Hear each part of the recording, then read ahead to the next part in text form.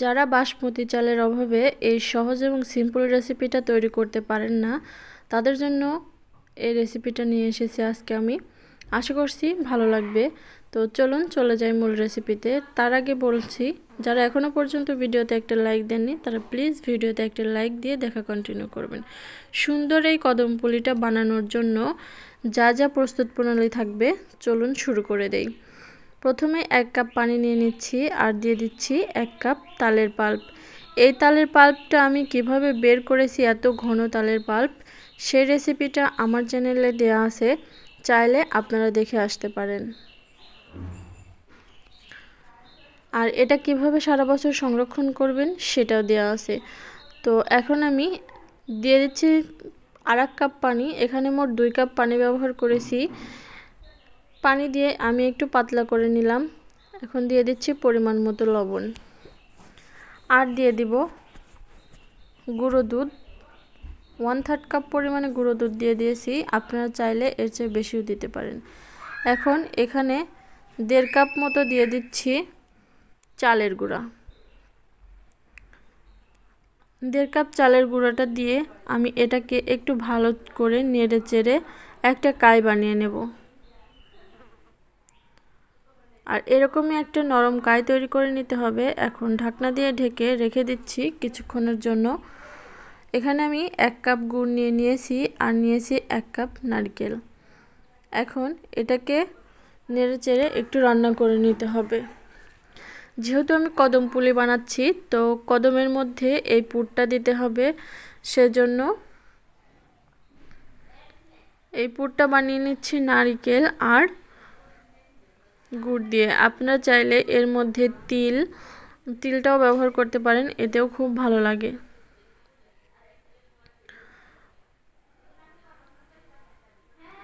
একটু নেড়েচেড়ে গুড়ের পানিটা গুলিয়ে নিতে হবে। এ পর্যায়ে চুলাটা অফ করে দিচ্ছি, কারণ এটা যখন ঠান্ডা হয়ে যাবে তখন আরও একটু শক্ত হয়ে যাবে।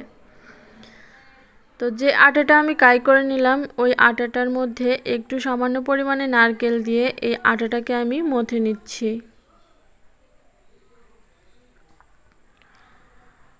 তো আটাটা মাখা হয়ে গেছে। এখন আমি চলে যাচ্ছি কদম পুলিটা বানানোর জন্য। এখান থেকে কিছুটা অংশ নিয়ে আমি হাতের সাহায্যে এভাবে গোল করে, তারপরে এই যে দেখুন এভাবে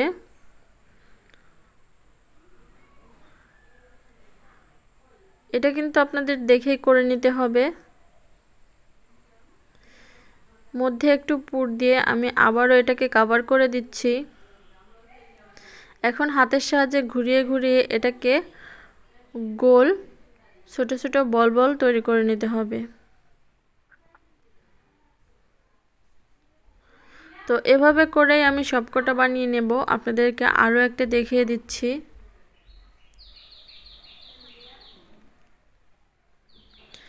আপনারা চাইলে সাইজে এর চেয়ে ছোট বা এর চেয়ে বড়ও তৈরি করতে পারেন।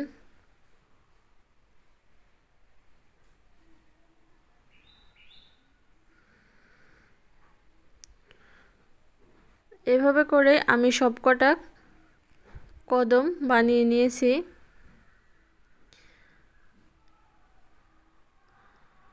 আর এখন এখানে আমি সামান্য কিছু পোলোয়ার চাল ভিজিয়ে রেখেছিলাম 1.5 থেকে 2 ঘন্টার জন্য। এখন এই কদমগুলো এর সাথে এভাবে একটু চেপে চেপে ধরে চালটা এর সাথে মাখিয়ে দিতে হবে। চালটা যাতে খুব ভালোভাবে এর সাথে এঁটে থাকে, এর জন্য একটু চাপ দিয়ে দিয়ে এটাকে তৈরি করে নিতে হবে। এই যে দেখুন এভাবে একটু চেপে চেপে চালগুলো এর সাথে ভরিয়ে নিতে হবে। তো আশা করছি বুঝতে পেরেছেন। আমি এই সবগুলো বানিয়ে নিচ্ছি।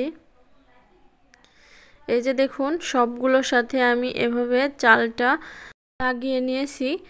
এখন এটাকে আমি স্টিম করব, তার জন্য আগে থেকে রাইস কুকারে পানি দিয়ে দিয়েছি।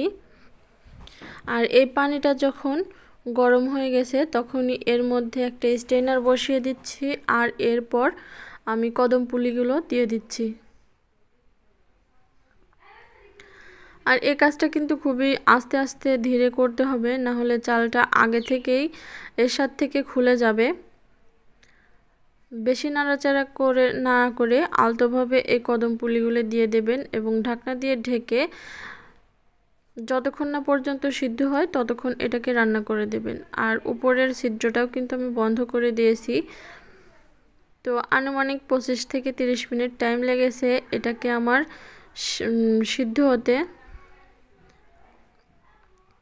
আপনারা চেক করে নেবেন হাত দিয়ে একটু, যখনই ভাত মানে চালের যে চালটা যখনই খুব ভালোভাবে সিদ্ধ হয়ে যাবে তখনই এটা তুলে নেবেন।